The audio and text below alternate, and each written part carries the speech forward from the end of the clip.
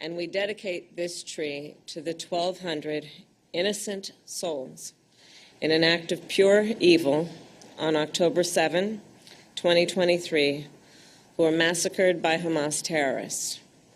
46 of our fellow Americans were killed in this brutal terrorist attack, including a singer from Missouri who died shielding her son from bullets, an academic and peace activist who studied in Seattle and who was the grandson of Holocaust survivors, and a dancer from California who was killed alongside her fiancé while attending the Nova Music Festival.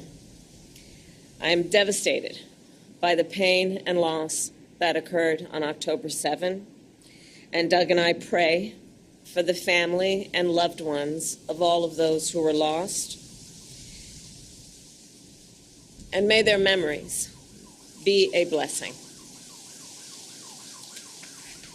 Today, I know many Jews will be reciting and reflecting on the Jewish prayer for mourning, the Kaddish. The words of the prayer are not about death.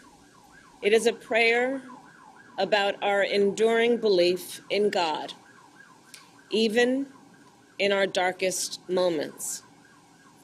So as we reflect on the horrors of October 7, let us please be reminded that we cannot lose faith.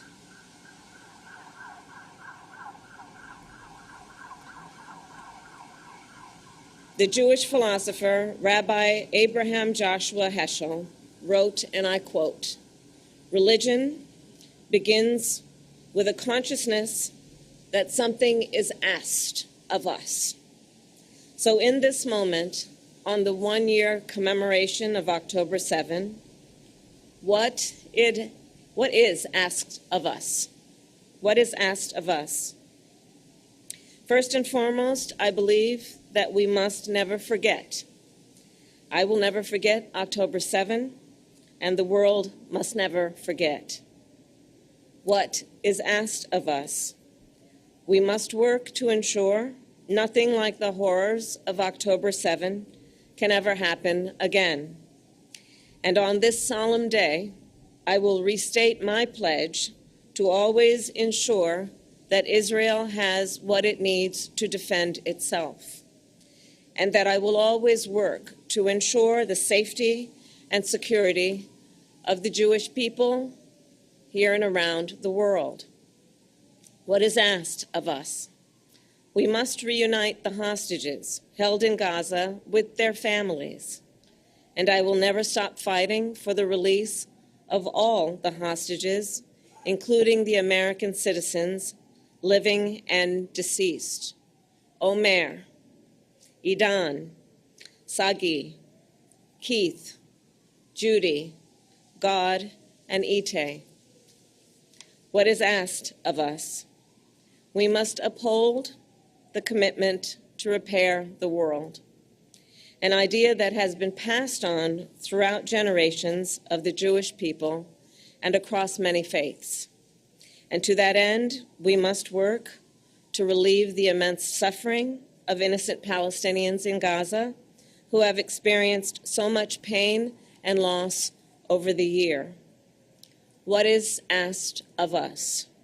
We must continue to see light amidst the darkness. As the late Rabbi Jonathan Sacks said, "A people that can walk through the valley of the shadow of death and still rejoice is a people that cannot be defeated by any force or fear." That is why today we plant a pomegranate tree, which in Judaism is a symbol of hope and righteousness. So for years to come, this pomegranate tree will stand here, spreading its roots and growing stronger, to remind future vice presidents of the United States, their families, and all who pass through these grounds, not only of the horror of October 7th, but the strength and the endurance of the Jewish people. It will remind us all not to abandon the goal of peace, dignity, and security for all. And it will remind us all to always have faith. Thank you, and I will now turn it over to the second gentleman, my husband, Doug.